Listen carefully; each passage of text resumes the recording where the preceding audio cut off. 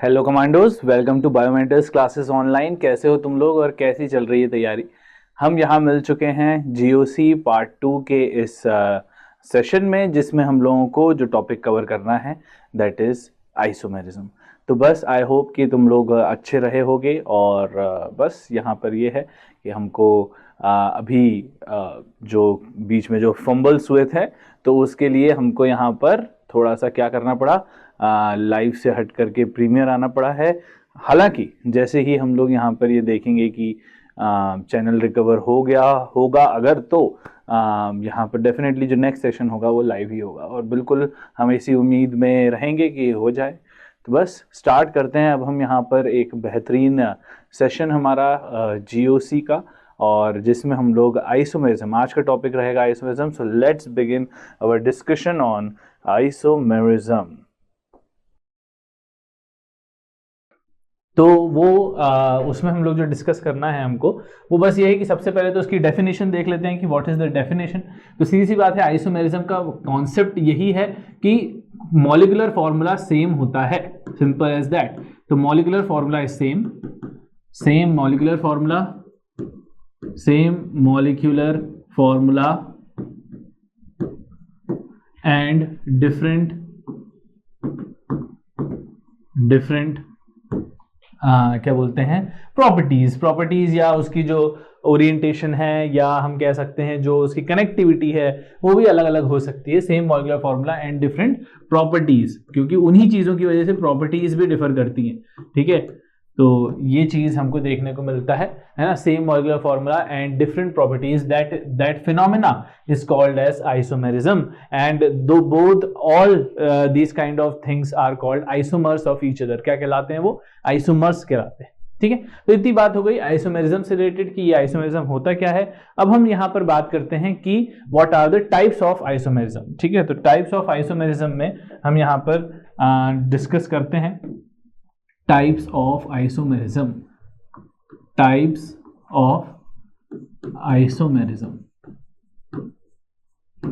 कौन कौन से टाइप्स हैं, तो यहां पर अब हम अच्छे से डिस्कस करते हैं कि कौन कौन से टाइप्स होते हैं।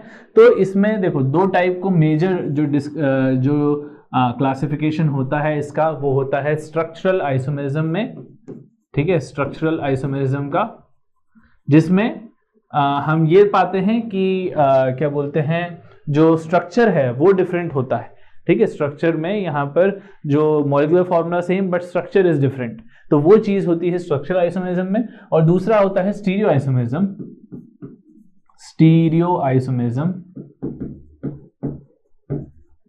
ठीक है।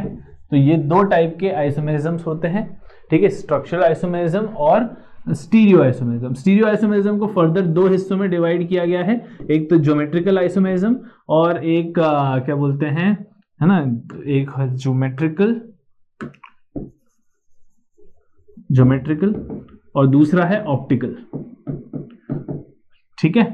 तो ये है। और उसके बाद स्ट्रक्चरल आइसोमेरिज्म में अगर हम देखें तो यहाँ पर मल्टीपल आइसोमेरिज्म्स यहाँ पर आ जाते हैं। जैसे सबसे पहले अगर हम देखें तो सबसे पहले आता है यहाँ पर क्या बोलते हैं, चेन आइसोमेरिज्म, है ना, या पोजीशन आइसोमेरिज्म। सबसे सिंपल पोजीशन आइसोमेरिज्म। फिर सेकंड नंबर पर आता है चेन आइसोमेरिज्म। फिर थर्ड नंबर पर आता है क्या बोलते हैं, मेटामरिज्म, मेटामर्स होते हैं, ठीक है।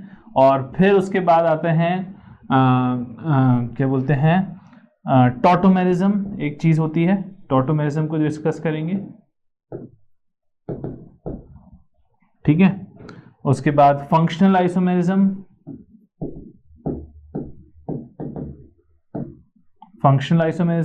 और उसके बाद फिर एक होता है रिंग चेन आइसोमेरिज्म, ठीक है, रिंग चेन आइसोमेरिज्म होता है। तो all these are the types of isomerism that we have to discuss one by one, ठीक है। तो ये रहता है ना। इनफैक्ट अगर मैं इसको ऐसा लिख देता हूं, ठीक है, थोड़ा सा चेंज करके, तो उससे होगा क्या मैं तुम्हें बताता हूं। इसको टॉटोमेरिज्म यहां लिख देता हूं मैं, और फंक्शनल को यहां लिख देता हूं, ठीक है। तो अब ये जो मैंने ऑर्डर लिखा है ना, ये एक प्रायोरिटी ऑर्डर का भी यहाँ पर ऑर्डर यही रहेगा। प्रायोरिटी ऑर्डर का मतलब ये है कि जैसे ये है रिंग चेन, फिर टॉटोमेरिज्म, फिर फंक्शनल, फिर मेटामर, फिर चेन, फिर पोजीशन। तो ये जो ऑर्डर रहेगा ये एक ऑर्डर रहता है क्या बोलते हैं प्रायोरिटी का order, priority order of isomers. तो उसमें ये होता है कि अगर मान लो कोई दो कंपाउंड है, उन दोनों में क्या बोलते हैं फॉर एग्जांपल मेटामेरिज्म भी हो रहा है और फंक्शनल आइसोमेरिज्म भी हो रहा है, दोनों हो रहे हैं। तो हमें क्या क्लेम करना है कि किस टाइप का आइसोमर है। तो आपको अगर मेटा और फंक्शनल दोनों हो रहे हैं तो आपको फंक्शनल को क्लेम करना है कि ये फंक्शनल आइसोमर्स है। समझ गए बात को। जब हमारी बात होगी कि ये दो चीजें क्या हैं, तो उस केस में अगर मान लो वो दो चीजें हैं वो दो टाइप के आइसोमर्स शो कर रहे हैं, तो प्रायोरिटी वाइज जिसको प्रायोरिटी हमने यहाँ पर जो ऑर्डर लिखा है उस हिसाब से हमको उसको प्रायोरिटी देनी है। तो दिस इज अबाउट बहुत ब्रीफ डिस्कशन है। अब एक एक करके हम सारी चीज़ों को समझते हैं। सबसे पहले हम लोग बात करते हैं यहाँ पर पोजीशन आइसोमेरिज्म की। तो सबसे पहले यहाँ पर हेडिंग डालते हैं पोजीशन आइसोमेरिज्म। ठीक है, तो पोजीशन आइसोमेरिज्म क्या होता है यहाँ पर? Position isomerism.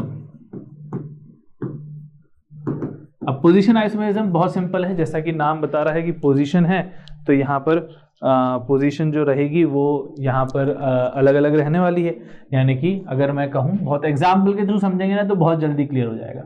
अच्छा, ध्यान रखना पोजीशन आइसोमेरिज्म में चेन सेम रहेगी, जो मेन चेन की लेंथ है वो सेम रहने वाली है। तो ध्यान रखना है इसमें क्या पॉइंट ध्यान रखना है कि मेन चेन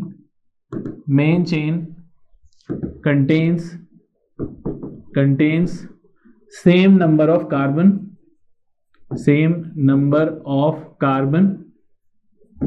पहला है ना। और दूसरा कि जो पोजीशन ऑफ फंक्शनल ग्रुप और सब्सिट्यूएंट विल बी डिफरेंट।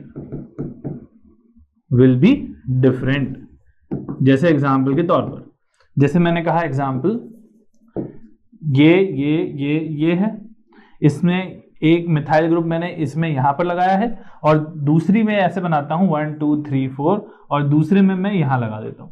तो अब तुम देख सकते हो कि एक बार यहां मिथाइल ग्रुप लगा हुआ है सेकंड पोजीशन पर, यहां पर लगा है थर्ड पोजीशन पर। तो दीज आर कॉल्ड एज क्या बोलते हैं position isomers of each other. ठीक है,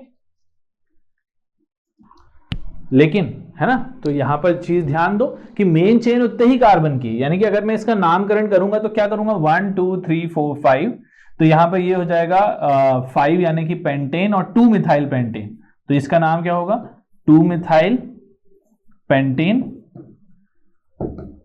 और इसका नाम होगा 3 मिथाइल पेंटेन।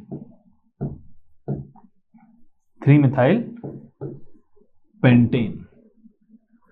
तो अगर ये ऐसा है कुछ 2 methyl pentane and 3 methyl pentane, तो इसमें हम यहां पर ये देख सकते हैं कि पेंटेन तो है, 5 कार्बन की मेन चेन तो रहेगी, लेकिन ये 2 मिथाइल है, ये 3 मिथाइल है, तो position of the methyl group is change. तो इस वजह से these are called as position isomers of each other. समझ गए? तो यहां पर फंक्शनल ग्रुप, सब्स्टिट्यूएंट, ठीक है, डबल बॉन्ड, वो भी अलग अलग हो सकते हैं ना। तो इस वजह से इन टाइप के आइसोमेरिज्म को हम पोजीशन आइसोमेरिज्म कहते हैं। फिर उसके बाद बात करते हैं फिर सेकंड नंबर पर क्या था, है ना, पोजीशन आइसोमर हमने कर लिया। अब चेन आइसोमर की बात करते हैं। तो चेन आइसोमर में क्या होगा, है ना, चेन आइसोमर डिफरेंट कलर, तो चेन आइसोमेरिज्म। तो चेन आइसोमेरिज्म बहुत सिंपल सी बात है कि इसमें जो मेन चेन है that will contain different number of carbon atoms. ठीक है, main chain is of different number of carbon atoms. ठीक है, यानी एग्जाम्पल के तौर पर, एग्जाम्पल से समझ जाएंगे हम लोग 2 मिनट में। जैसे हमने कहा कि 1 2 3 4 ये हमारा पेंटेन है ना, 1 2 3 4 5 ये पेंटेन है। इसी का जो चेन आइसोमर होगा वो कुछ ऐसा होगा 1 2 3 4 और यहां से ये चीज बना दी हमने। तो यहां से तुम देख सकते हो कि मॉलिक्यूलर फॉर्मूला सेम रहना है, total number of carbon atoms उतने ही रहने वाले हैं। तो यहां पर ये क्या हो जाएगा 2 मिथाइल ब्यूटेन, 2 मिथाइल ब्यूटेन। ठीक है, ऐसे ही अगर मैं बात करूं एक तीसरा इसी का आइसोमर एक और बन सकता है, ये तो यहां पर ये चीज बन जाएगी, ये जो है कितने हैं, तो यहां पर हम बोल सकते हैं 2,2 डाइमिथाइल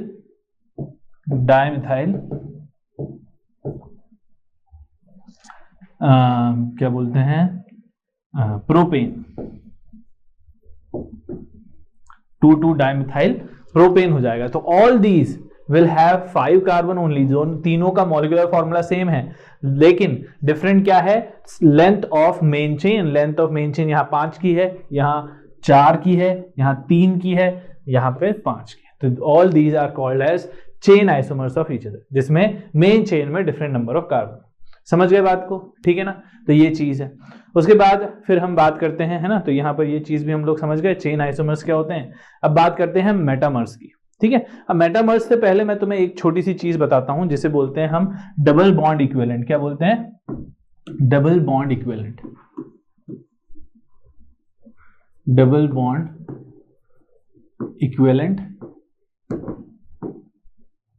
जिसे हम बोलते हैं डिग्री ऑफ अनसैचुरेशन भी बोला जाता है इसको,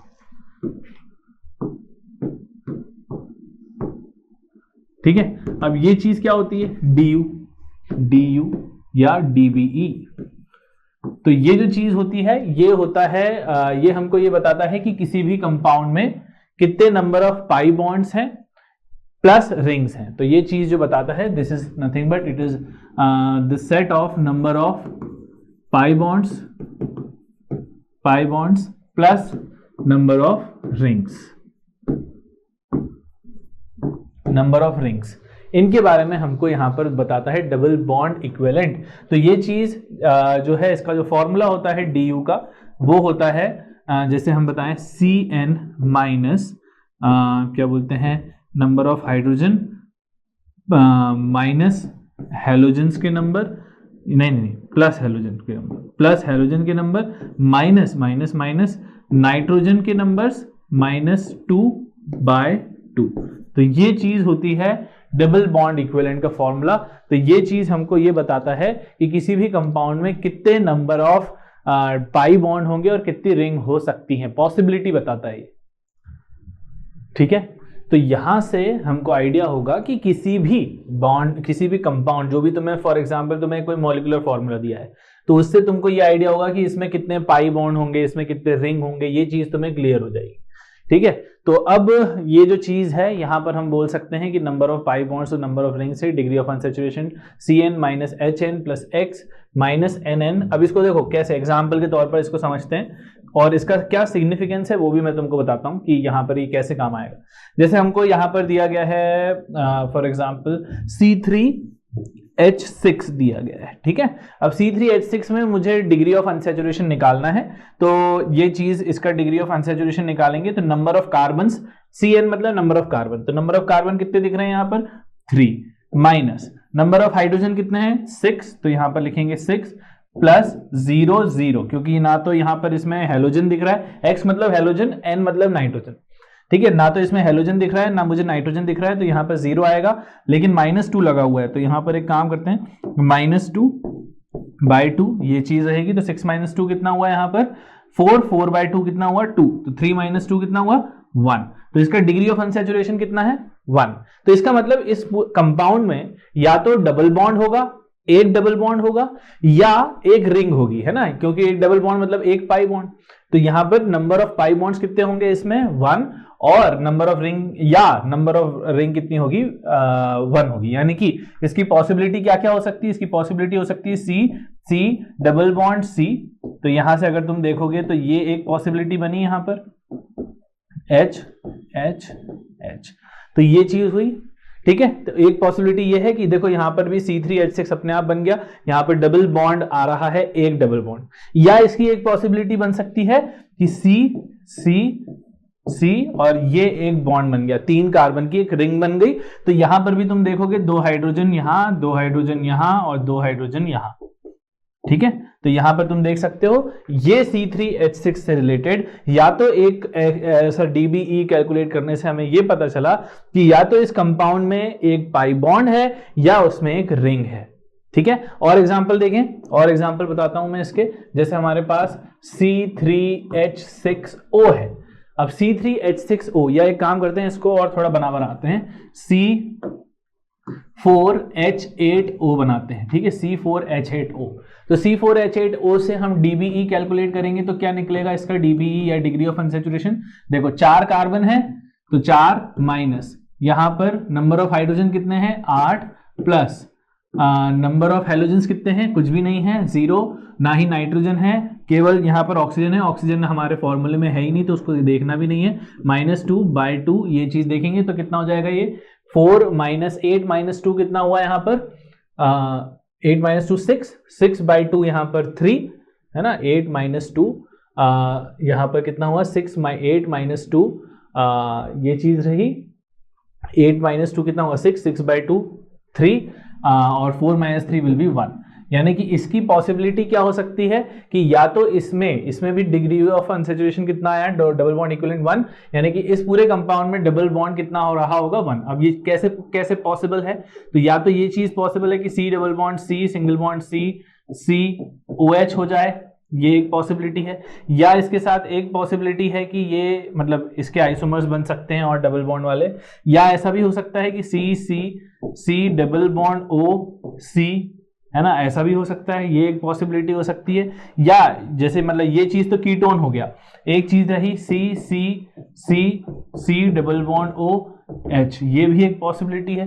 तो यहां पर हमको समझ में आ रहा है कि ये इस पूरे कंपाउंड में एक पाई बॉन्ड है, ये चीज हम यहाँ पर देख पा रहे हैं। और पाई बॉन्ड कार्बन के बीच में भी हो सकता है, कार्बन ऑक्सीजन के बीच में भी हो सकता है। हमें मेक श्योर क्या करना है कि 4 कार्बन और 1 ऑक्सीजन होना चाहिए। ऐसे ही अगर हम बोले कि एक रिंग भी हो सकती है तो इसकी एक पॉसिबिलिटी है कि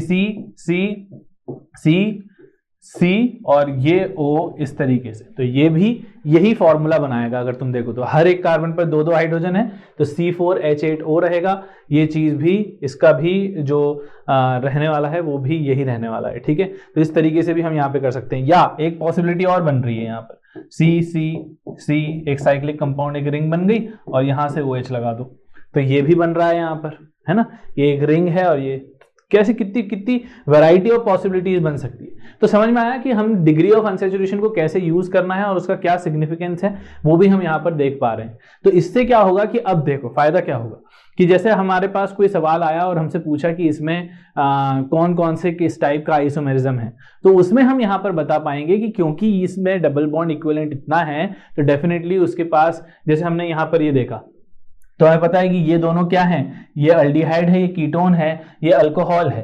तो same molecular formula but different functional group, तो यहाँ पर हम बोल सकते हैं ना कि ये सब फंक्शनल आइसोमर्स हैं। तो इस तरीके से हम यहाँ पर पॉसिबिलिटी है ना, तो आगे जाकर के हम यहाँ पर इसको यूज कर सकते हैं DBE को, ठीक है। समझ में आ गई बात। तो आई होप कि DBE क्या होता है वो चीज तुमको समझ में आ गई है। अब हम बात करते हैं मेटामर्स की। तो मेटामर्स क्या होते हैं उसके बारे में हम जानते हैं, मेटामर्स, ठीक है। तो मेटामर्स तो ये बहुत सिंपल सा टॉपिक है मेटामर्स। इसमें क्या होता है कि जो भी हमारा फंक्शनल ग्रुप है या जो भी हमारा एक ऐसा एटम या ग्रुप है, हाँ ग्रुप बोलना ज्यादा सही रहेगा, एक ऐसा ग्रुप है जिसके बोथ साइड हमको अलग अलग नंबर ऑफ कार्बन मिलेंगे, उसको हम मेटामर्स बोलते हैं। तो metamers are the isomers in which isomers यानी कि मॉलिक्यूलर फॉर्मूला सेम रहने वाला है, isomers in which carbon number of carbon atoms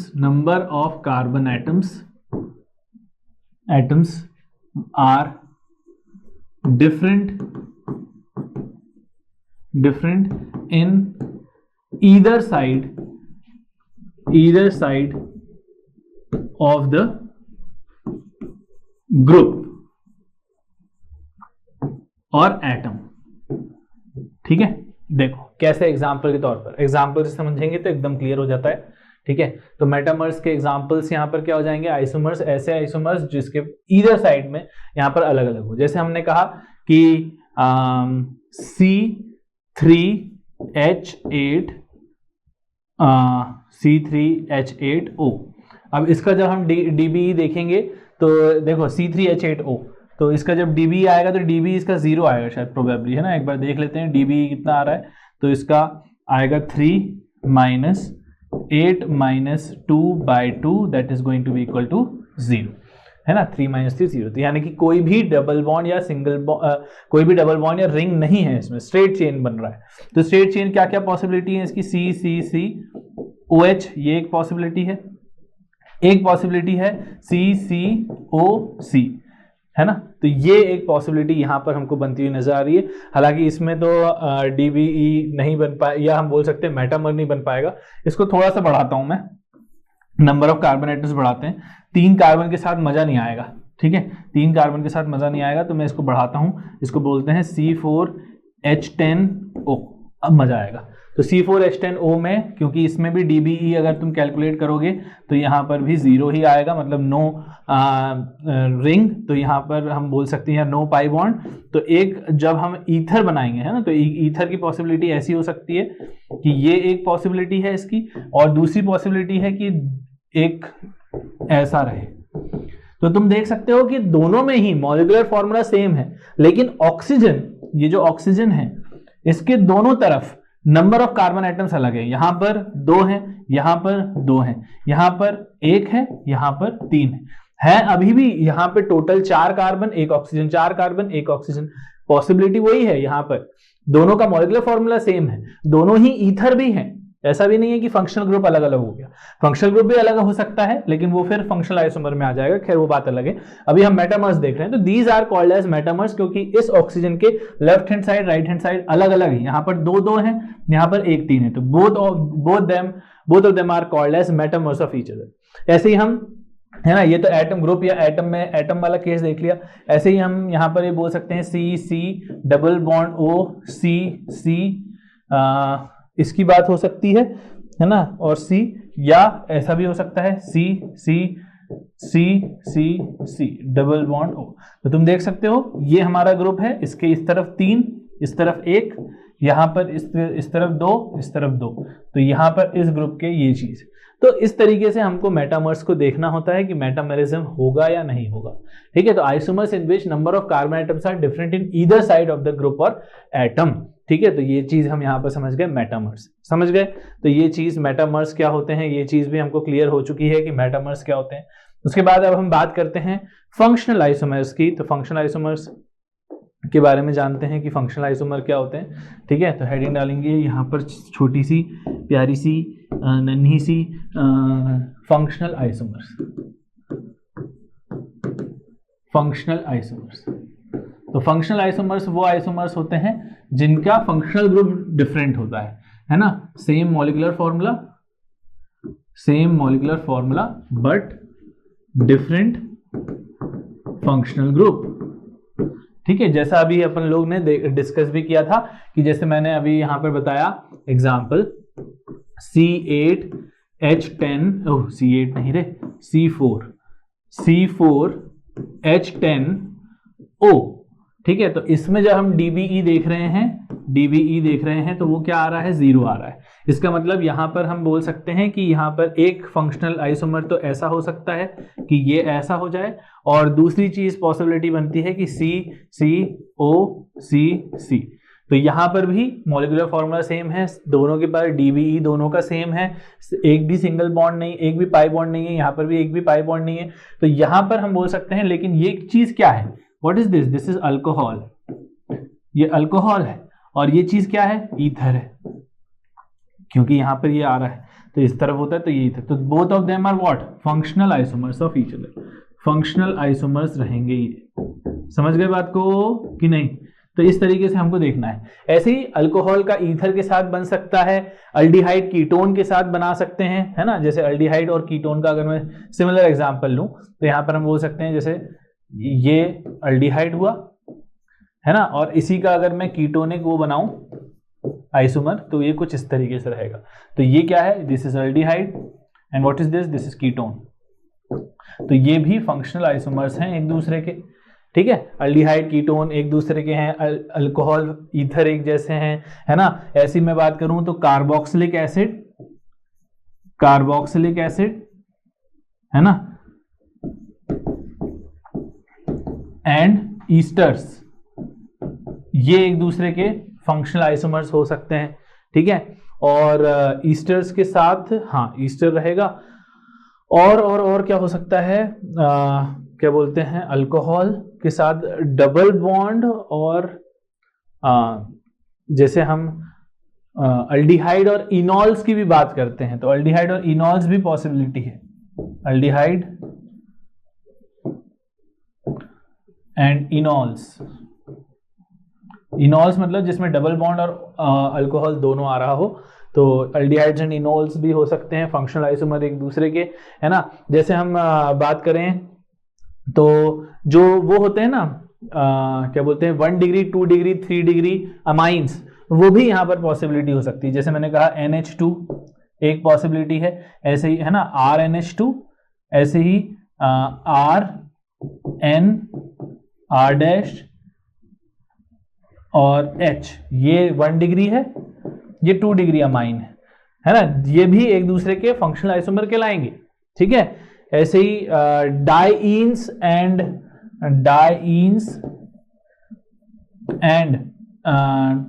क्या बोलते हैं, आइन, कहने का मतलब है जिसमें 2 डबल बॉन्ड हो और या तो एक ट्रिपल बॉन्ड हो। तो सीधी सी बात है, नंबर ऑफ पाई बॉन्ड्स तो सेम है ना, तो इस वजह से ये चीज है।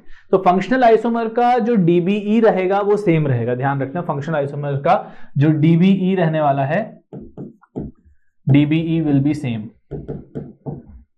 ठीक है। ये चीज ध्यान रखना कि फंक्शनल आइसोमर्स का DBE सेम रहता है, ठीक है।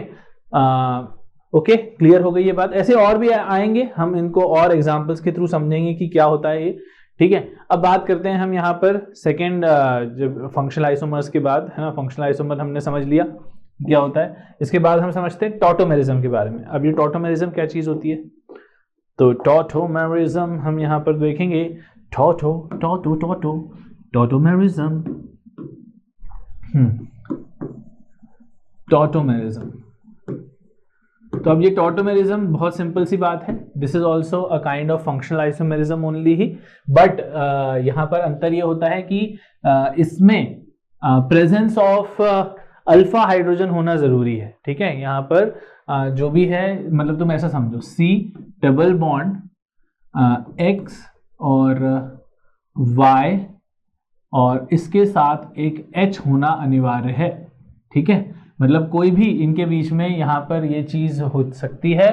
तो यहाँ पर ये जो हाइड्रोजन है ना, फंक्शनल आइसोमर में, इसमें ये है कि ये जो ऐसा कार्बन जिसके पास डबल बॉन्ड लगा हुआ है ना, इनफैक्ट नॉट ओनली कार्बन, कोई सी भी ऐसी चीज, है ना, कोई भी ऐसी चीज जिसके पास डबल बॉन्ड है, उसके बगल वाले एटम पर हाइड्रोजन लगा होना चाहिए, यानी कि presence of alpha hydrogen, presence of alpha hydrogen with respect to double bond.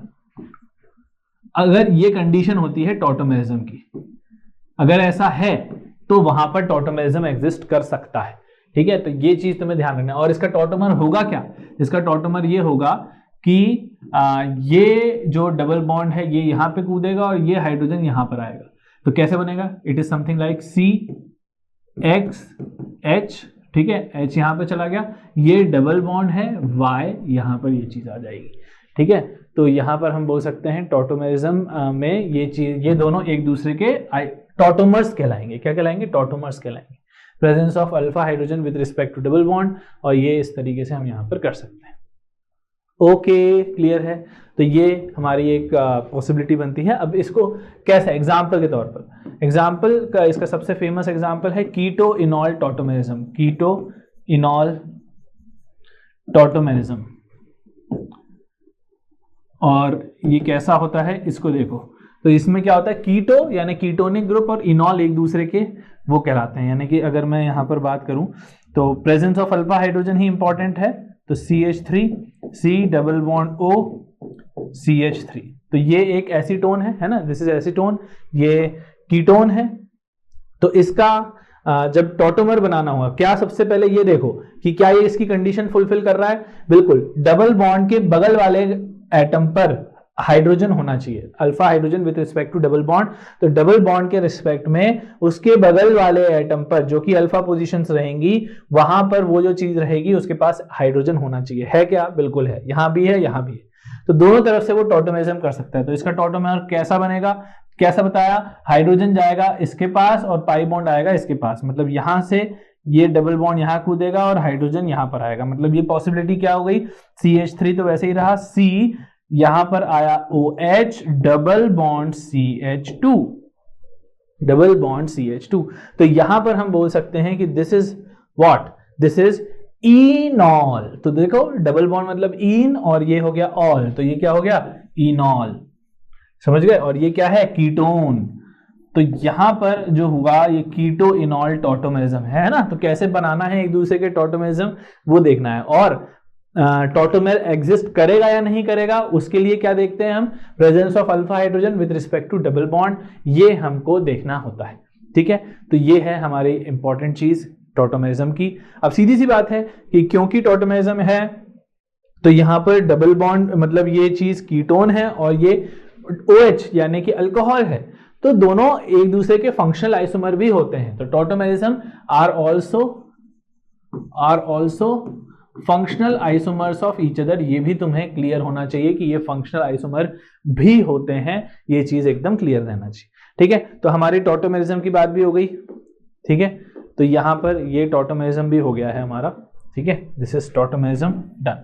अब बात करते हैं हम रिंग चेन आइसोमर्स की। तो रिंग चेन आइसोमर क्या होते हैं, हालांकि रिंग चेन के बारे में भी हम लोगों ने देख लिया है कि जिसका DBE सेम हो। जैसे ये यहां पर मैंने तुम्हें बताया था, इसका हमने DBE निकाला तो ये कितना आया था, 1 आया था। मतलब यहां पर ये पॉसिबिलिटी भी है, ये पॉसिबिलिटी भी है, और ये पॉसिबिलिटी भी है, और ये पॉसिबिलिटी भी है। तो तुम देख सकते हो कि यहां पर ये दोनों एक दूसरे के, यहां पर तुम देख सकते हो यहां पर रिंग कितने की बन रही, 5 की, यहां पर रिंग कितने की बन रही है, 4 की, लेकिन ओवरऑल मॉलिक्यूलर फॉर्मूला सेम है। ठीक है, तो इन सभी को, ये एक दूसरे के सब क्या है, रिंग चेन आइसोमर है। लेकिन यहां से अगर हम है ना, तो यहां पर ही मैं रिंग चेन आइसोमर डिस्कस कर लेता हूं, बार बार इधर उधर जाने की जरूरत नहीं है। ठीक है, रिंग चेन आइसोमर क्या होगा तुम देख सकते हो। अच्छा देखो, इन दोनों में क्या है, क्योंकि ये डबल बॉन्ड है और ऑल है, तो ये एक दूसरे के फंक्शनल आइसोमर्स कहलाएंगे। ठीक है, यहां से इन दोनों में देखेंगे तो what is this, this is nothing but क्या बोलते हैं, फंक्शनल आइसोमर्स। ये भी फंक्शनल आइसोमर है। और यहां पर तुम देख सकते हो कि C डबल बॉन्ड O की जो ये है, ये कीटोन है और ये अल्डिहाइड है। तो अल्डिहाइड और कीटोन एक दूसरे के फंक्शनल आइसोमर है। वहीं अगर हम इसको देखें इन दोनों में, तो these R ring chain isomers of each other. ये रिंग चेन आइसोमर हैं एक दूसरे के। ठीक है, ऐसे ही अगर मैं यहां पर भी देखूं तो इन दोनों में भी हम देखेंगे तो ये रिंग चेन आइसोमर हैं एक दूसरे के। ठीक है, ओके, तो ये चीज है। इनफैक्ट यहां पर हम ये भी देख सकते हैं कि यहां पर ईथर लिंकेज क्रिएट हो रहा है, और यहां पर कैसा लिंकेज है, डबल बॉन्ड के साथ, और कीटोनिक लिंकेज है। तो यहां पर कहीं ना कहीं फंक्शनल आइसोमर भी है। तो इस वजह से जब ये फंक्शनल आइसोमर और बहुत सारे एक जैसे आइसोमर शो होते हैं, तब हम प्रायोरिटी ऑर्डर को ध्यान देते हैं ना। तो रिंग चेन समझ गए यहां पर। उसके बाद यहां पर प्रायोरिटी ऑर्डर आता है कि भाई रिंग चेन को हमको सबसे ज्यादा प्रायोरिटी देनी है। अगर कहीं दिख रहा है कि रिंग चेन है तो just go for it and tell कि ये रिंग चेन आइसोमर ही है। ठीक है, अगर कहीं ऐसा है कि टॉटोमर और फंक्शनल आइसोमर दोनों हैं, तो आप क्या बोलोगे कि टॉटोमर है, फंक्शनल आइसोमर उसको लोअर प्रायोरिटी पर आएगा।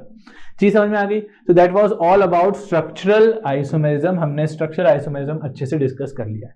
अब बात करते हैं हम स्टीरियो आइसोमेरिज्म में। स्टीरियो आइसोमेरिज्म में भी सबसे पहले ज्योमेट्रिकल आइसोमेरिज्म के बारे में जान लेते हैं। देखो, अभी मैं बहुत ब्रीफली और ऊपर ऊपर से सरफेशियल बता रहा हूं मैं। ठीक है, डेप्थ में डिस्कस करना अभी काफी स्कोप के बाहर है हमारे, या हम बोल सकते हैं स्कोप के बाहर तो नहीं है, बट टाइम कंस्ट्रेंट होने की वजह से हमको यहाँ पर देखना पड़ता है। तो अब सबसे पहले यहाँ पर हम लोग डिस्कस करेंगे ज्योमेट्रिकल आइसोमर्स के बारे में। तो जियोमेट्रिकल आइसोमेरिज्म, तो ये भी अलग अलग टाइप के होते हैं, है ना, ज्योमेट्रिकल आइसोमेरिज्म। तो इसमें हम लोग यहाँ पर जब देखते हैं ज्योमेट्रिकल आइसोमेरिज्म में GIs, तो GI में यहाँ पर हम लोग तो सबसे पहले बात करते हैं जिसमें यहाँ पर इंपॉर्टेंट चीज जो होती है ना, यहाँ पर आता है, उसको क्या बोलते हैं, उसको बोलते हैं अनसैचुरेशन आता है यहाँ पर। और अनसैचुरेशन जो आता है वो यहाँ पर या तो डबल बॉन्ड होना चाहिए, ठीक है, और या तो एक रिंग होना चाहिए। ठीक है, एक डिग्री ऑफ अनसैचुरेशन होना ही चाहिए। रीजन बीइंग कि ये पाई बॉन्ड या जो रिंग होते हैं ना, दिस एंश्योर्स restricted rotation, ठीक है। तो ये चीज तुमको समझ में आनी चाहिए कि यहां पर डबल बॉन्ड या रिंग होने से रोटेशन रेस्ट्रिक्ट हो जाता है। अब तुम्हें रोटेशन समझाते हैं क्या है। तो जहां पर भी सिग्मा बॉन्ड है, सी सिंगल बॉन्ड सी है, हमें पता है कि ये चीज जो है इस तरीके से टेट्राहेड्रल शेप रहता है। तो ये जो बॉन्ड है ना, ये सिग्मा बॉन्ड है। तो हमें पता है कि अगर मैं इसको यहां पर रोक देता हूं तो ये चीज अपने आप में ऐसे चक्री लगा सकती है, ये चीज गोल गोल गोल गोल घूम सकती है अगर मैंने इसको होल्ड कर लिया। लेकिन जैसे ही पाई बॉन्ड आ गया यहां फॉर एग्जाम्पल, अब पाई बॉन्ड आने से क्या होगा कि पाई बॉन्ड आने से यहां पर इसका रोटेशन रेस्ट्रिक्ट हो जाएगा। रोटेशन रेस्ट्रिक्ट होने से हम यहां पर देख सकते हैं कि अब ये लॉक हो चुका है, there is a lock which is there. तो अब इस वजह से यहां पर रोटेशन रेस्ट्रिक्ट हो गया है और इस वजह से ही यहां पर हम बोल सकते हैं कि ज्योमेट्रिकल आइसोमेरिज्म एग्जिस्ट करता है, ठीक है। अच्छा, जहां तक बात है सिंगल बॉन्ड की, तो उसमें जितनी भी पॉसिबिलिटीज होती हैं, है ना, ये हम एक और टाइप कैटेगरी आती है जिसको हम बोलते हैं कॉन्फॉर्मेशंस। ये कॉन्फॉर्मेशंस के बारे में हाइड्रोकार्बन में पढ़ेंगे, ठीक है। तो उसके बारे में चिंता मत करना, हाइड्रोकार्बन में हम लोग डिस्कस करेंगे उसके बारे में। तो ये चीज है, ओके।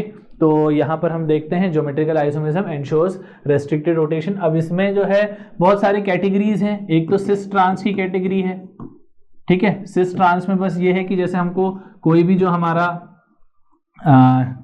स्टीरियो सेंटर याद आ गया मुझे, स्टीरियो सेंटर बोलते हैं, पाई बॉन्ड या रिंग क्या बोलते हैं इसको, स्टीरियो सेंटर बोलते हैं, स्टीरियो सेंटर कहा जाता है, स्टीरियो सेंटर, ठीक है। तो स्टीरियो सेंटर कहते हैं। तो यहां पर स्टीरियो सेंटर जो है उसके अक्रॉस यहां पर हमें पता है कि ये जो चीज है ये इस तरीके से रहेगी, है ना, प्लेनर रहने वाला है ये। तो हम यहाँ पर, ये प्लेनर है, तो हम यहाँ पर ये देखते हैं कि जो कैटेगरी है वो सिमिलर टाइप की होनी चाहिए। मान लो यहाँ पर सेम टाइप के ग्रुप्स जो हैं वो एक आ गए, मतलब मान लो यहाँ पर मैंने ए रखा, ए ग्रुप जोड़ा है, यहाँ पर भी ए ग्रुप जोड़ा है ना, और यहाँ पर बी है और यहाँ पर भी बी है। तो क्योंकि एक तरफ इसके सेम आ गए हैं तो ये चीज कहलाएगी यहाँ पर क्या बोलते हैं, सिस ज्योमेट्री। वहीं अगर मैं बात करता हूं ट्रांस की, तो ट्रांस कुछ ऐसा रहेगा, सी डबल बॉन्ड सी, है ना, ऐसा दिखने में तो ऐसे रहेगा, यहाँ ए रहेगा, यहाँ बी रहेगा, लेकिन यहाँ पर ए और यहाँ पर बी हो जाएगा, ठीक है। तो ये अब क्या हो गया, ये इधर चला गया, ये इधर चला गया। तो तुम देख सकते हो कि जो दो सेम टाइप की चीजें हैं वो एक दूसरे के ऑपोजिट एंड पर हैं, तो हम इनको कहते हैं ट्रांस आइसोमर। क्या कहलाएंगे ये, ट्रांस आइसोमर कहलाएंगे, ठीक है। फिर सेकेंड आती है इसकी, इसी की कैटेगरी आती है जिसे बोलते हैं हम ईजेड नॉमेनक्लेचर। तो ईजेड नॉमेनक्लेचर में हम यहाँ पर, जैसे हम तो यहाँ सेम टाइप की बात कर रहे हैं, लेकिन मान लो सभी अलग हो गए तो क्या करेंगे, तो हमको यहाँ पर ये देखना रहता है कि दोनों में सी डबल बॉन्ड सी, है ना, यहाँ पर भी इसी तरीके से रहेगा। अच्छा, डबल बॉन्ड की जगह रिंग भी हो सकती है, ठीक है, तो ये भी तुम्हें ध्यान रखना है, okay. C double bond C, ये इस तरीके से है। तो अब यहाँ पर ये एंटामेन जूजामेन रहता है, एंटाजन। तो यहाँ पर ये जो चीज होती है ये सेम साइड को इंश्योर करती है, नहीं, एंटा तो एंटी होता है, ठीक है। तो यहाँ पर ये एक प्रकार से ट्रांस जैसा होता है ऑपोजिट एंड्स पर। और यहां पर आता है क्या बोलते हैं, Z जो रहता है दैट इज बेसिकली ऑपोजिट, और ये सेम साइड। अब ये चीज ऑपोजिट और सेम क्या है, these are basically the priority groups, ठीक है। ऑपोजिट एंड्स पर अगर प्रायोरिटी ग्रुप्स हैं, प्रायोरिटी ग्रुप्स, तो हम बोलेंगे कि ये एंटी पोजिशंस हैं या ई आइसोमर कहलाएगा वो। Z के केस में हम बोलेंगे Z में अगर दोनों सेम टाइप की प्रायोरिटी हैं, priority groups, same priority groups on the same side, तो यहां पर हम बोलेंगे कि ये कैसा है, Z हो जाएगा ये ग्रुप्स, जैसे एग्जांपल के तौर पर। और ये प्रायोरिटी ऑर्डर किस हिसाब से होती है, प्रायोरिटी ऑर्डर होता है CIP स्कीम के हिसाब से। ये जो प्रायोरिटी ऑर्डर होती है ना, ये होती है CIP स्कीम, कैन इनगोल्ड प्रीलॉग स्कीम के हिसाब से ये चीज होती है, ठीक है। कैन इनगोल्ड प्रीलॉग स्कीम, CIP स्कीम के हिसाब से ये चीज़ कहलाई जाती है। तो इस वजह से हम यहाँ पर EZ नॉमेनक्लेचर को यहाँ पर देखते हैं। तो जैसे फॉर एग्जांपल CIP स्कीम के हिसाब से यहाँ पर देखा जाता है कि कौन प्रायोरिटी पर है। अब ये चीज़ डिस्कस करने में काफ़ी बड़ी चीज़ है ये, लेकिन इसमें कुल मिला के अगर तुम शॉर्ट में समझना चाहो CIP स्कीम, तो जिसका एटॉमिक नंबर ज़्यादा होगा उसको ज़्यादा प्रायोरिटी मिलेगी। अगर दोनों एटॉमिक नंबर सेम है तो उसमें जिसका मास ज़्यादा होगा, है ना, अगर आइसोटोप है मान लो, तो मास जिसका ज़्यादा होगा उसको हम प्रायोरिटी देंगे। दूसरा, है ना, तीसरी चीज़ ये हो जाएगी कि अगर मान लो दोनों सेम हैं, दोनों एटम सेम हैं, तो उसके बगल वाले कार्बन को देखना है, हम बगल वाले एटम को देखना है। अगर बड़े वाले एटम में जो बड़ा होगा उसको प्रायोरिटी देते हैं। तो ये एक, और डबल बॉन्ड को, ट्रिपल बॉन्ड को ज़्यादा प्रायोरिटी दी जाती है, फिर डबल बॉन्ड आता है, फिर सिंगल। तो इस तरीके से हम यहाँ पर CIP स्कीम ये बताता है कि प्रायोरिटाइज कैसे करना है ग्रुप्स को, हाउ टू प्रायोरिटाइज ग्रुप्स, तो वो CIP स्कीम से हम यहाँ पर तय करते हैं। ठीक है, तो उसके बेसिस पर जैसे मान लो अब हमने प्रायोरिटाइज किया, तो इन दोनों में कौन प्रायोरिटी है, तो मान लो फॉर एग्जांपल ये 1 है और ये 2 है, हमने इन दोनों में को प्रायोरिटाइज करना है। फिर हमने देखा इस तरफ वाले कार्बन का, इस तरफ हमने CIP स्कीम लगाई और देखा कि यहाँ पर ये 1 है और ये 2 है, तो हमने देखा कि भाई 1-1 वाले दोनों सेम साइड आ गए, तो सेम साइड वाला मतलब ये कैसा हो जाएगा, Z हो जाएगा, तो ये Z आइसोमर कहलाएगा। और वहीं अगर ऐसा है तो यहां पर मान लो इन दोनों में हमने 1 और इसको 2 कर दिया, और इन दोनों में ये 1 और ये 2 आ गया, तो हम बोलेंगे ये किस टाइप का हो गया, क्योंकि ये एंटी पोजीशन या कह सकते हैं कि ट्रांस पोजीशंस पर हैं, तो हम बोल सकते हैं कि ये किस टाइप का आइसोमर रहेगा, E आइसोमर रहेगा। जैसे फ्लोरीन, क्लोरीन, ब्रोमीन, आयोडीन 4 लगा दिए मैंने, तो हमको यहां पर देखना है कि भाई फ्लोरीन और क्लोरीन है, तो फ्लोरीन क्लोरीन में ज्यादा एटॉमिक नंबर किसका है, क्लोरीन का, तो क्लोरीन को फर्स्ट कैटेगरी मिल जाएगी, फ्लोरीन को सेकंड मिल जाएगी। फिर यहां देखा ब्रोमीन और आयोडीन है, तो ब्रोमीन और आयोडीन में आयोडीन को प्रायोरिटी मिलेगी, तो आयोडीन वाला नीचे 1 आएगा, ऊपर ब्रोमीन सेकंड आएगा। तो क्योंकि क्लोरीन और आयोडीन दोनों सेम साइड है, 1-1 वाले सेम साइड है, तो वो किस टाइप का आइसोमर हो जाएगा, सेम साइड वाला Z हो जाएगा, सेम साइड वाला Z हो जाएगा।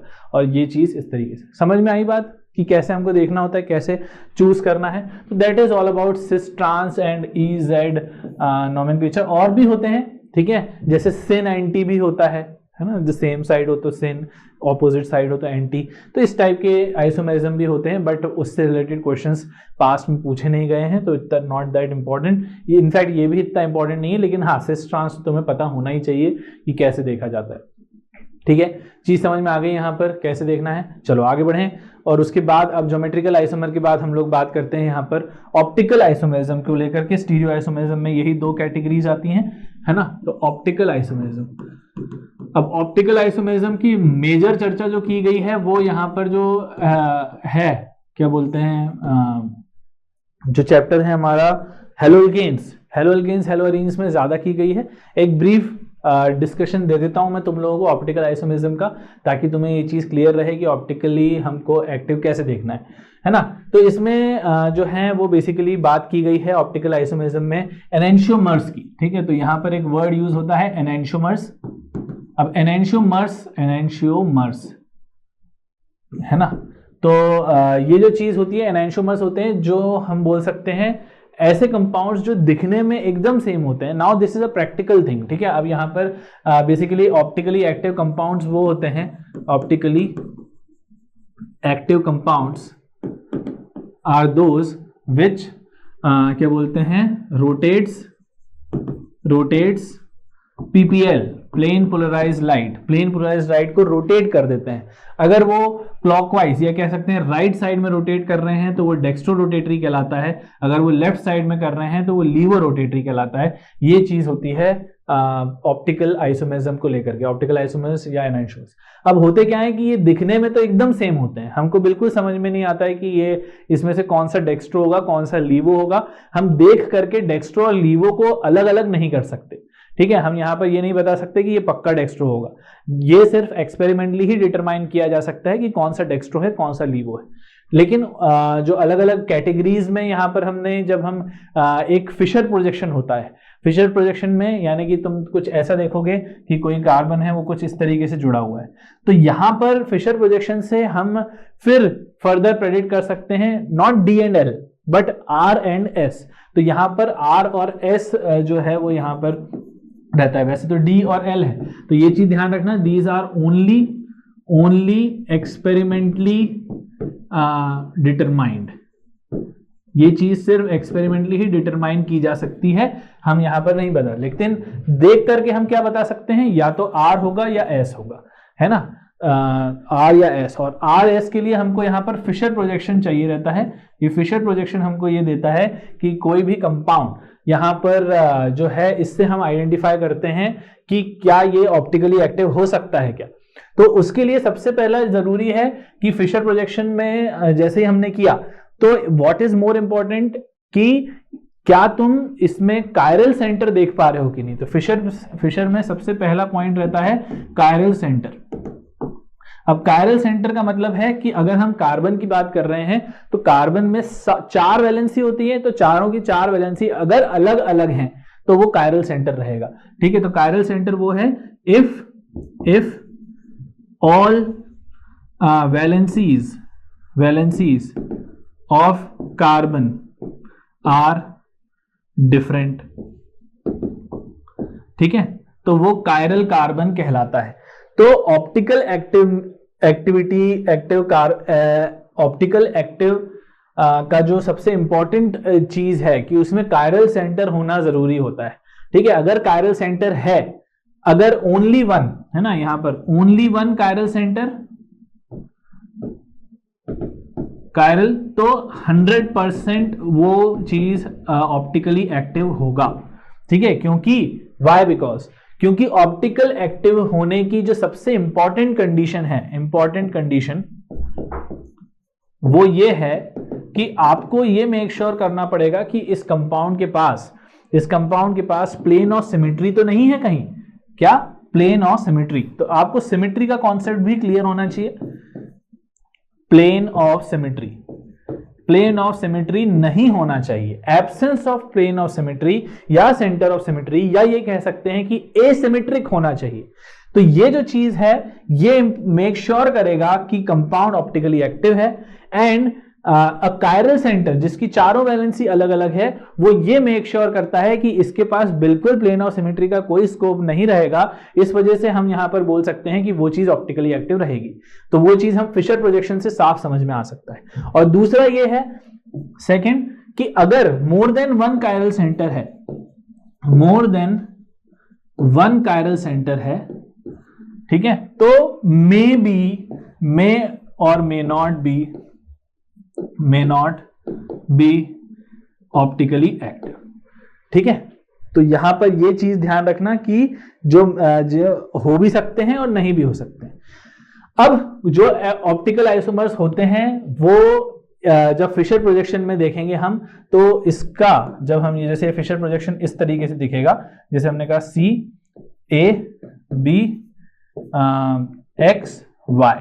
तो जब मैं इसका एक क्या बोलते हैं दूसरा रूप देखूंगा, ये मान लो R है, just for example if this is R, तो हम बोलेंगे कि इसका जो नॉन सुपर इम्पोजिबल या मिरर इमेज जब हम बनाएंगे, तो mirror image is something like this, AB नहीं, हाँ AB यहां रहेगा, X और Y। तो यहां पर इसकी मिरर इमेज बनी है। अब इस मिरर इमेज को उठा करके इसके ऊपर रखो जरा, क्या A के ऊपर आ रहा है? नहीं आ रहा है। क्या X A के ऊपर आ रहा है? नहीं आ रहा। तो हम बोल सकते हैं कि जब हमने इसको उठा करके इसके ऊपर रखा, तो this is not super imposing. Super imposing मतलब एक के ऊपर एक आ गया। तो एक के ऊपर एक अगर आ गया है तो हम बोलेंगे this is non super impossible mirror image, और उसी को हम बोलते हैं एनांशियोमर्स। तो एनांशियोमर्स क्या होते हैं? Non super impossible mirror image of each other. ठीक है, मिरर इमेज होते हैं, non super impossible mirror image होते हैं। और ऐसे कंपाउंड्स जो non super impossible mirror image हैं एक दूसरे के, वो ऑप्टिकल आइसोमेरिज्म शो करते हैं। उसमें से एक डेक्स्ट्रो रहता है, एक लीवो रहता है, एक डेक्स्ट्रो रहता है, एक लीवो रहता है। अब कौन सा डेक्स्ट्रो कौन सा लीवो ये नहीं बता सकते, लेकिन कौन सा R है कौन सा S है वो पता कर सकते हैं। वो भी हम CIP स्कीम से जब हम प्रायोरिटाइज करते हैं इन सभी को, फिर हम ऐसा रोटेशन घुमाते हैं 1 2 3, तो वहां पर अगर वो क्लॉकवाइज आता है तो R होता है, एंटी क्लॉकवाइज होता है तो वो S होता है। तो इस तरीके से देखी जाती है वो चीज।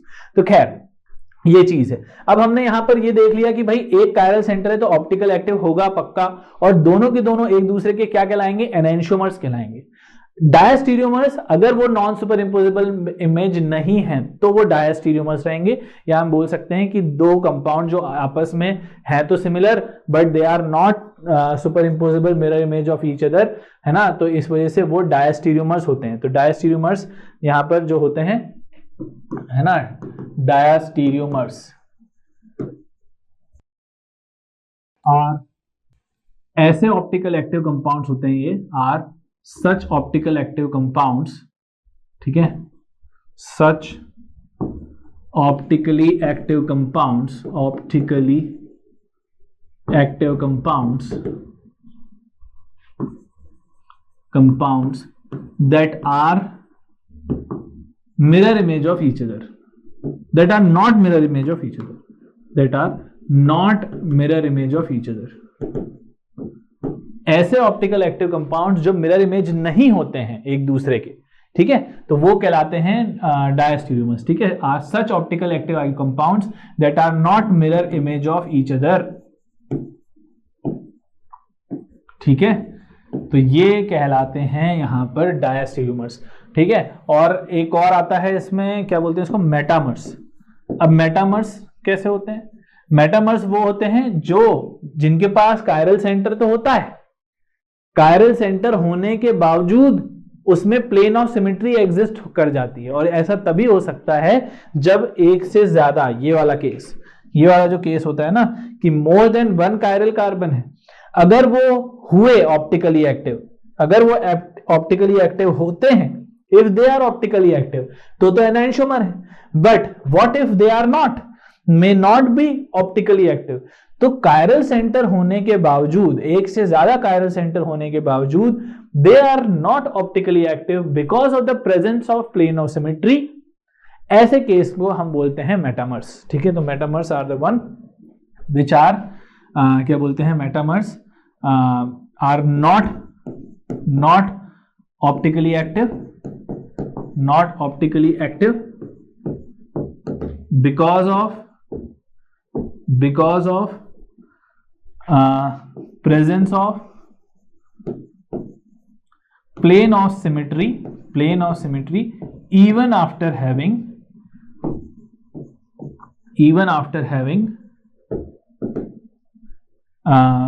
more than one chiral carbon। समझ गए? जैसे एग्जाम्पल के तौर पर देखो, यहां पर अगर हम बात करते हैं इसकी, तो एक रहेगा तो पक्का एक रहेगा, तो एक कायरल कार्बन तो 100% ऑप्टिकल एक्टिव होना ही है उसको, लेकिन अगर एक या एक है तो एक से ज्यादा कायरल कार्बन है तो उसमें हो भी सकता है ऑप्टिकली एक्टिव, नहीं भी हो सकता। अगर हुआ तो एनांशियोमर्स, अगर नहीं हुआ तो वो मेटामर कहलाएगा because of the existence of plane of symmetry. जैसे एग्जांपल के तौर पर मैं एग्जांपल बताता हूं, जैसे मैंने कहा COH CH2OH HCHOH, ठीक है, और CHO, ठीक है। तो इसमें हम यहां पर ये देख रहे हैं कि या CH2OH, तो इसमें हमने देखा कि ये ऑप्टिकली एक्टिव होगा क्योंकि यहां पर कोई प्लेन ऑफ सिमेट्री नहीं होगा, दोनों कार्बन यहां पर कायरल कार्बन है, this carbon and this carbon both are chiral carbon.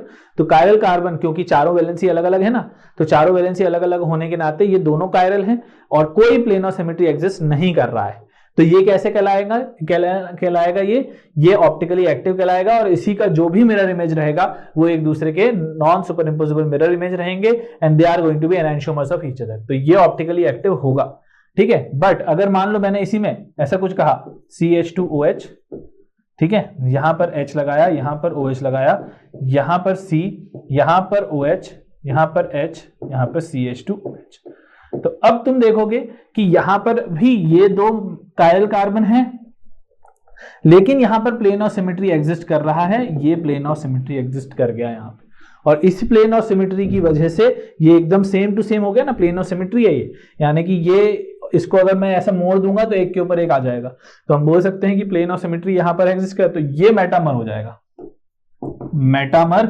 Reason being कि दो कायरल कार्बन होने के बावजूद एक प्लेन ऑफ सिमेट्री एग्जिस्ट कर गया है, जिसकी वजह से ये कंपाउंड ऑप्टिकली इनएक्टिव हो गया है, नॉट ऑप्टिकली एक्टिव। तो इस वजह से हम बोलेंगे कि ये ऑप्टिकल आइसोमेरिज्म शो नहीं करेगा। ये किस टाइप की कैटेगरी आ जाएगी? मेटामर की। समझ गए? तो that was all about optical isomerism. और भी बहुत कुछ है, लेकिन अभी टाइम रेस्ट्रिक्शंस होने की वजह से हम यहाँ पर उत्तर डिस्कस नहीं कर पाएंगे। आर और एस भी हम लोग के CIP स्कीम से ही यहाँ पर इसकी प्रायोरिटी ऑर्डर करते हैं, फिर क्लॉकवाइज घूमते हैं, तो वो चीज़ इस तरीके से देखी जाती है। ओके, तो that was all about optical isomerism.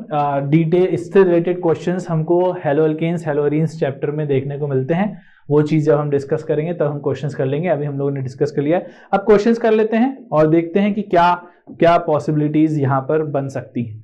ठीक है, तो सबसे पहले यहाँ पर क्वेश्चन करते हैं हम लोग, the compound which shows metamerism is. अब मेटामर्स क्या होते हैं, मेटामेरिज्म क्या होता है? मेटामर्स हम वहां पर है ना, एक मिनट, मैंने यहाँ पर गलत बता दिया, ये मेटामेरिज्म नहीं होता है, ये कहाँ बता दिया, ये मेटामर नहीं होता, ये मीजो होते हैं, मीजो कंपाउंड्स, मीजो कंपाउंड्स। अच्छा हुआ याद आ गया मीजो कंपाउंड्स होते हैं ये, ठीक है, इनको मीजोमर्स बोलते हैं। ओके, मेटामर तो अलग होता है। हाँ, तो ये क्वेश्चन पढ़ के याद आया कि भाई मेटामर थोड़ी ना, ठीक है। तो ये मेटामेरिज्म क्या होता है, 2021 का क्वेश्चन है ये। तो जैसा हमने बताया कि मेटामेरिज्म में एक ग्रुप के आजू बाजू अलग अलग नंबर ऑफ कार्बन आइटम्स होते हैं। तो इसमें हम लोग देख लेते हैं C4H10O, तो इसमें क्या पॉसिबिलिटी बन सकती है क्या? तो देखो C4H10O, सबसे पहले तो DBE निकालो। तो DBE इसका कितना है, यहाँ पर पॉसिबली यहाँ पर कोई नहीं है, 10 - 2/2 इज 4, 4 - 4 0, तो इसका DBE इसका 0 आएगा, और 0 आएगा मतलब कि कोई सब सिंपल है, तो COH ये पॉसिबिलिटी है। तो एक दूसरी पॉसिबिलिटी है COCC, एक पॉसिबिलिटी है COCC, तो ये चीज है। तो बिल्कुल यहां पर हम देख सकते हैं कि ये जो है मेटामेरिज्म शो कर रहा है, हमको कर रहा है वही बताना है ना। हाँ, C3H8O, अब C3H8O कैसा है, तो यहां पर हम देख सकते हैं इसका DBE कितना आएगा, इसका DBE जो आने वाला है वो आएगा 1, यानी कि एक डबल बॉन्ड एग्जिस्ट करेगा, है ना। तो जब डबल बॉन्ड एग्जिस्ट करेगा यहाँ पर, है ना, 28 - 2/2, नहीं, इसका भी तो 0 है, इसका भी 0 है, इसका भी 0 है, DBE इसका भी 0 है। लेकिन इसमें पॉसिबिलिटी क्या बन रही है, एक तो पॉसिबिलिटी ये बनी, दूसरी पॉसिबिलिटी बनी कि COC, लेकिन इसके अलावा और कुछ पॉसिबिलिटी नहीं है। और ये दोनों एक दूसरे के फंक्शनल आइसोमर हैं, ना कि मेटामर्स। तो इसलिए ये चीज ध्यान रखना कि ये OH और इनको ये मेटामर्स नहीं है। बट अगर मान लो, और इसमें कोई स्कोप भी नहीं है, मान लो इस C को मैं इधर भी लेके चले जाता हूं तो भी यहाँ पर 2-1 का सेम रहेगा, लेकिन यहाँ पर 1-3 और 2-2 का बन रहा है, लेकिन यहाँ नहीं बन रहा है, तो ये नहीं होगा। समझ गए ना। ऐसे C5H12 में अगर देखें तो यहाँ तो ये अल्केन है, तो पेंटेन है, तो यहाँ तो वो ग्रुप ही नहीं है, वो ग्रुप तो हो, जैसे ऑक्सीजन हो गया, नाइट्रोजन हो गया, या C डबल बॉन्ड O हो गया, तो वो है ही नहीं यहाँ पर, तो ये पॉसिबिलिटी नहीं है यहाँ पर। C3H6O, अब C3H6O में अगर हम देखें तो यहाँ पर DBE 1 का है, और DBE अगर 1 है तो यहाँ पर एक पॉसिबिलिटी बनती है C डबल बॉन्ड OC। तो यहाँ पर भी अगर मैं देखूं तो ज्यादा से ज्यादा इसका दूसरा आइसोमर मेरा जो बन पाएगा वो अल्डिहाइड बन पाएगा। तो अल्डिहाइड और कीटोन जो है वो एक दूसरे के फंक्शनल आइसोमर है, ना कि मेटामेरिज्म। और मेटामेरिज्म के लिए इंपॉर्टेंट ये है कि भाई आजू बाजू कुछ तो हो यहाँ पर। अब यहाँ पर भी 1 है, यहाँ पर भी 1 है, तो पॉसिबिलिटी नहीं है, कम से कम 4 तो होने ही चाहिए। ठीक है, तो यहाँ पर हम बोल सकते हैं कि ये C4H10O जो रहेगा ये रहेगा, तो इसलिए आंसर हमारा A रहेगा इसका। समझ गए बात को, ये चीज है। ओके, ये वाला क्वेश्चन क्या है, Which of the given compounds can exhibit tautomerism? इसमें से कौन जो है वो tautomerism शो करेगा?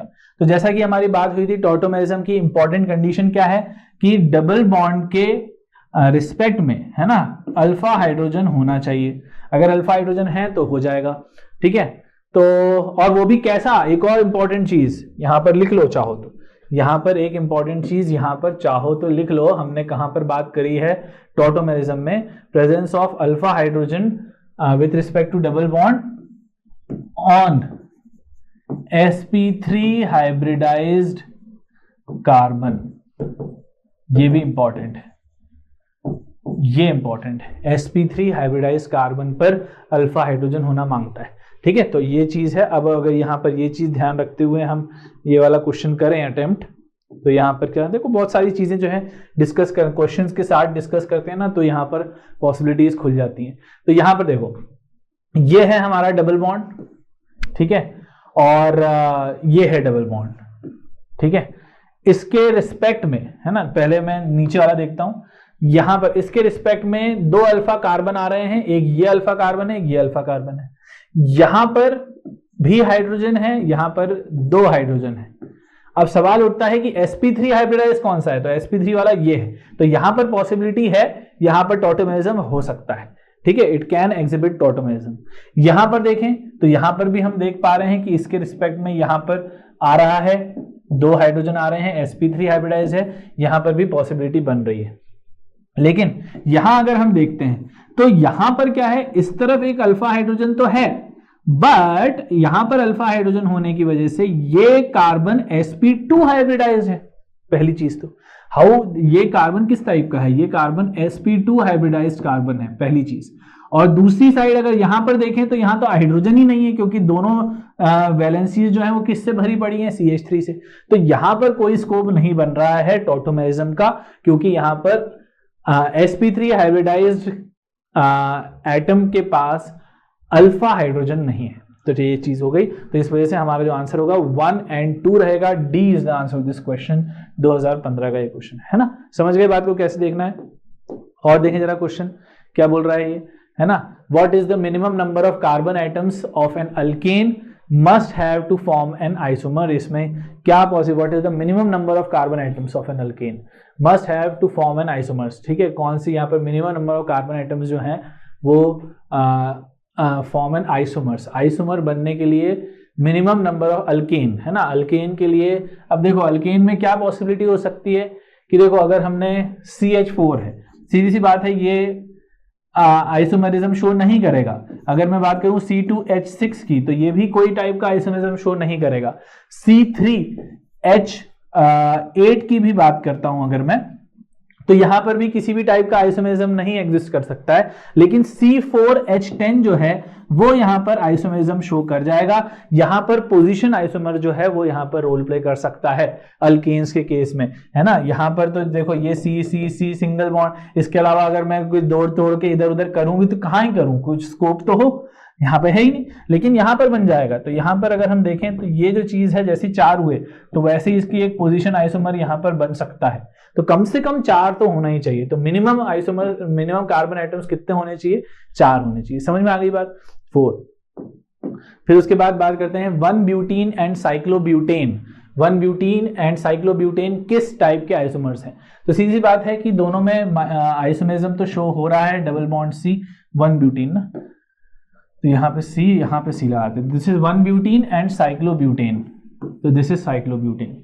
तो ये दोनों किस टाइप के हैं, सीधी सी बात है, ये चेन है और ये रिंग है। तो रिंग चेन आइसोमर्स है, तो these R ring chain isomers of each other. बहुत ही आसान से हमने कर लिया है, ठीक है। उसके बाद C2H5NO2 एंड C2H5ONO।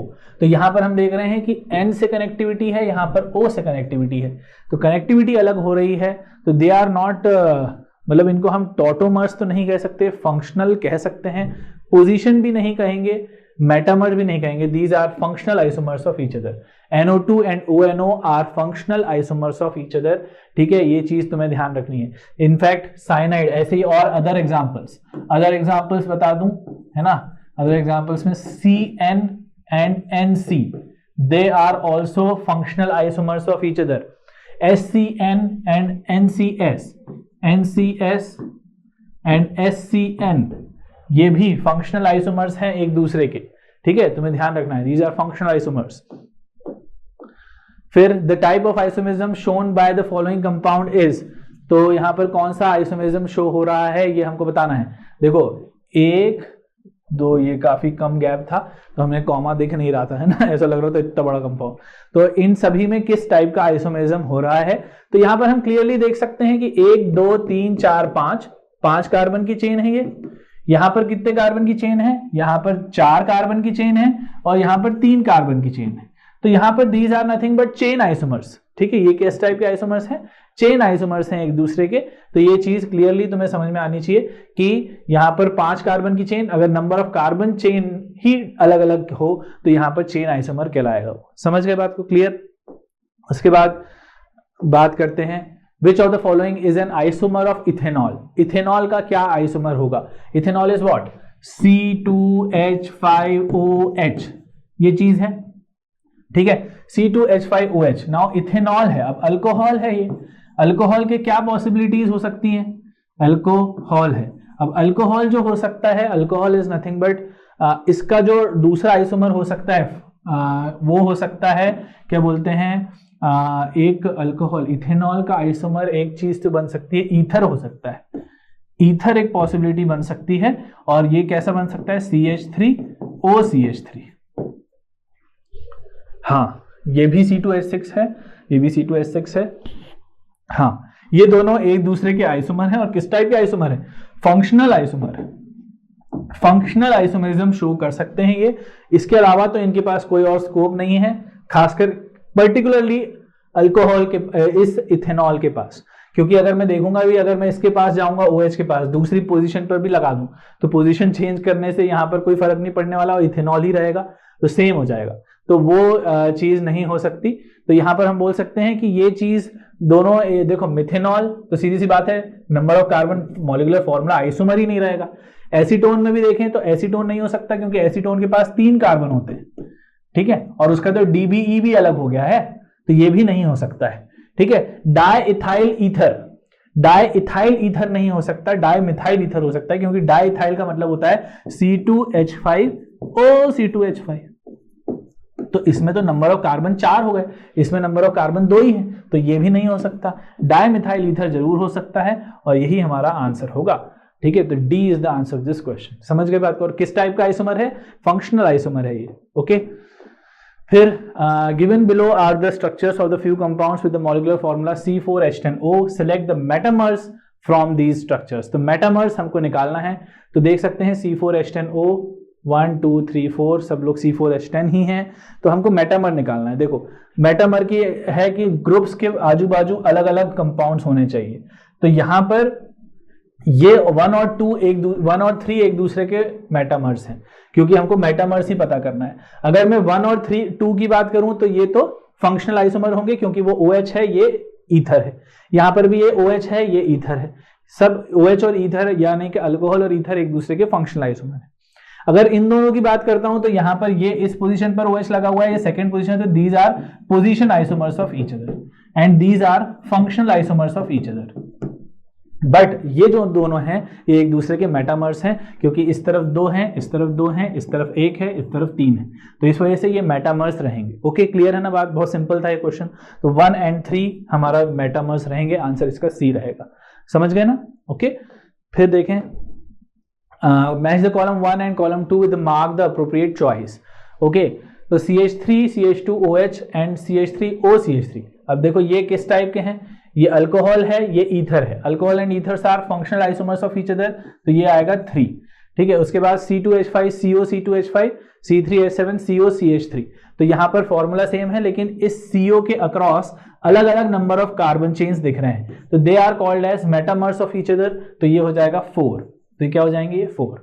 फिर अगर हम यहाँ पे देखें तो यहाँ पर हमको दिख रहा है कि ये फिनॉल है और ये फिनॉल है, और ये जो चीज है दिस इज क्या बोलते हैं, ये जो चीज रही दिस इज नथिंग बट ये कीटोनिक ग्रुप है, तो कीटो और ऑल, तो यहां पर these are tautomers of each other, ठीक है। तो यहां पर ये किस टाइप के हैं, दीज आर टॉटोमर्स, तो यहां पर हम बोल सकते हैं कि ये 2, ठीक है, 2 टॉटोमर है ये एक दूसरे का। वहीं अगर मैं देखूं ये OH यहां पर लगा हुआ है, ये OH बीच में लगा हुआ है, तो दीज आर पोजीशन आइसोमर, तो 1, तो 3 4 2 1 is the answer, 3 4 2 1 C is the answer of this question. बहुत ही आसानी से, कॉन्सेप्ट क्लियर है तो आसानी से क्वेश्चंस बन जाएंगे, ठीक है। उसके बाद देखते हैं हम, विच of the following compound is isomeric with 2 2 2 2 2 2 4 4 tetra methyl hexane. तो इसको पहले बना लेते हैं हम, 1 2 3 4 5 6 हेक्सेन, है ना 6, टेट्रामिथाइल 2,2 2,2, 4,4, ठीक है। तो ये इस टाइप के ये है, तो यहाँ पर compound is isomer of this, है ना। तो ये है हमारा टेट्रामिथाइल 2,2, 4,4, है ना। टेट्रामिथाइल हेक्सेन है, तो ये देख लेते हैं। अच्छा, हेक्सेन मतलब 6 कार्बन है, टोटल कितने कार्बन हो गए यहाँ पर, 4 मिथाइल के 6 और 4 10, टोटल 10 कार्बन है। तो यहाँ पर भी देख लेते हैं 10 कार्बन किस में आ रहे हैं, यहाँ पर 2 आ रहे हैं, यहाँ पर 2 आ रहे हैं, यहाँ पर 5 आ रहे हैं, तो यहाँ तो 9 ही है। तो है ना, ये चीज समझ में आई कैसे देखा। इथाइल मतलब 2 कार्बन, डाइमिथाइल मतलब भी 2 कार्बन, है ना, और पेंटेन मतलब कि 5 कार्बन, तो टोटल 9 कार्बन हो गए। तो ये तो नहीं रहा, ऐसे देख सकते हैं, है ना, समझ में आई ना बात। तो ये चीज है। यहां पर आइसोप्रोपाइल, अब आइसोप्रोपाइल जो होता है वो किस टाइप का होता है, isopropyl is something like this, ये है आइसोप्रोपाइल ग्रुप। तो ये तो 3 कार्बन हो गए, और ये हेप्टेन 7 + 3 कितना हुआ, 10 हुआ। तो यहां पर 10 आइसोमर हो सकते हैं, मतलब this could be 1 isomer of this. बाकी देख लेते हैं, 4 इथाइल मतलब कि 2 कार्बन हुआ, 1 कार्बन हुआ, और ये प्रोपाइल एन प्रोपाइल 3 कार्बन हुआ और 8 हुआ। तो यहाँ तो 8 3 11, ये तो ऊपर चला गया भाई, ये तो ऊपर मोर देन 11 11 और 3 11 और 3 14 एटम हो गए यहाँ पर कार्बन के, तो ये नहीं हो सकता। और यहाँ पर डाई इथाइल मतलब कि 2 और 2 4, टोटल 4 कार्बन, 3 मिथाइल मतलब 1 कार्बन, हेप्टेन मतलब कि यहाँ पर हम बोल सकते हैं दिस इज 7, ठीक है, ये हो गया यहाँ पर 7। तो 7 और 4, 7 और 5 12 हो गए यहाँ पर, तो 7 और 5 12, तो ये भी नहीं हो सकता। तो हमारे पास टेट्रामिथाइल हेक्सेन है, तो 10 कार्बन होने चाहिए, तो एक ही मात्र ये है। और यहाँ पर देख भी सकते हैं, इसको मैं बनाना चाहूं तो कैसे बनाऊंगा, 4 आइसोप्रोपाइल हेप्टेन, तो 1 2 3 4 5 6 7 कार्बन हो गए, तो हेप्टेन हो गया। उसके बाद आइसोप्रोपाइल 4 आइसोप्रोपाइल 1 2 3 4 4 आइसोप्रोपाइल, 4 पे आइसोप्रोपाइल लगा हुआ है। आइसोप्रोपाइल मतलब ये कुछ इस तरीके से रहेगा, ये 4 आइसोप्रोपाइल हेप्टेन, ये चीज सिमिलर टू दिस। तो इसका आंसर क्या हो गया, बी हो गया। समझ गए बात। तो ये है, इस तरीके से हम यहां पर देख सकते हैं। फिर अब यहां पर देखें, the pair of given compound exhibits isomerism will be, तो यहां पर कौन है ना, कौन सा है ना, the pair of given compounds exhibit which type of isomerism. तो यहां पर हमको देखना है कि देखो CH2OH है, CH2Br है, OH Br। तो अगर हम यहां पर ये देखें तो ये किस टाइप का रहेगा, स्ट्रक्चरल ज्योमेट्रिकल, देखो ज्योमेट्रिकल तो नहीं रहेगा, ज्योमेट्रिकल तो हटा दो, ठीक है। अब ऑप्टिकल भी नहीं ही होगा, ऑप्टिकल भी हटा दो, स्टीरियो आइसोमेरिज्म रहेगा ही नहीं। अब स्ट्रक्चरल तो होना ही है, अब स्ट्रक्चर में भी मोर स्पेसिफिक फंक्शनल आइसोमर्स यहाँ पर हो सकते हैं क्या। तो यहाँ पर अगर हम देखें, देखो स्ट्रक्चरल आइसोमर यहाँ पर OH है, ये Br है, ये फिनॉल है, ये अल्कोहल है।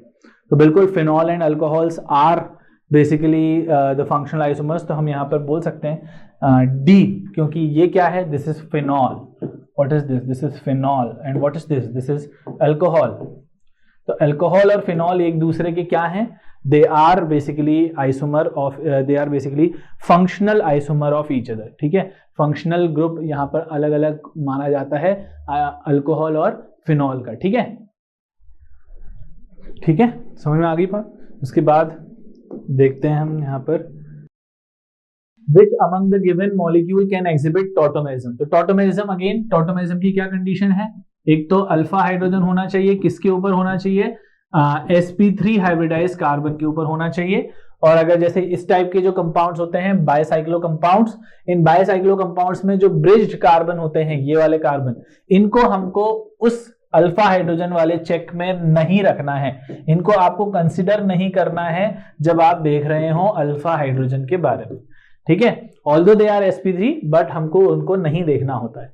तो अगर हम यहाँ देखें और डबल बॉन्ड ऑक्सीजन यहाँ पर है, तो क्या ये हमको देखना ही नहीं है, तो ये एग्जिबिट करेगा क्या टॉटोमेरिज्म, नहीं करेगा, ठीक है। यहां पर अगर हम देखें, क्योंकि फिर अगर वहां पर देखो क्या हो रहा है, टॉटोमेरिज्म में हाइड्रोजन H+ शिफ्ट होता है ना, यहां से एक जगह से दूसरी जगह। अब वो स्कोप ही नहीं रहेगा कि यहाँ पर H+ है, अब यहाँ से छोड़ के थोड़ी ना निकलेगा, वो छोड़ के जहां पर निकला तो वहां तो वो उसका जो स्ट्रक्चर है वही चेंज हो जाएगा।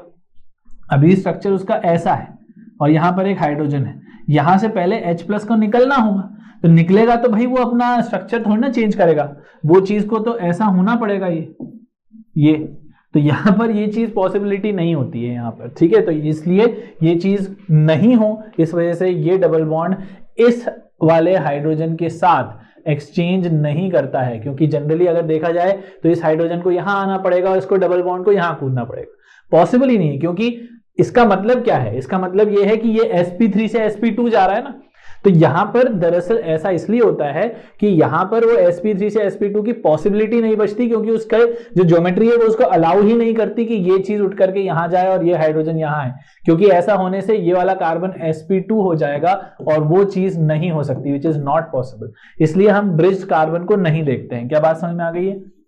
तो इस वजह से जो ब्रिज कार्बन है उनको कंसीडर ही नहीं करना है, तो यहां पर तो पॉसिबल नहीं है टॉटोमेरिज्म।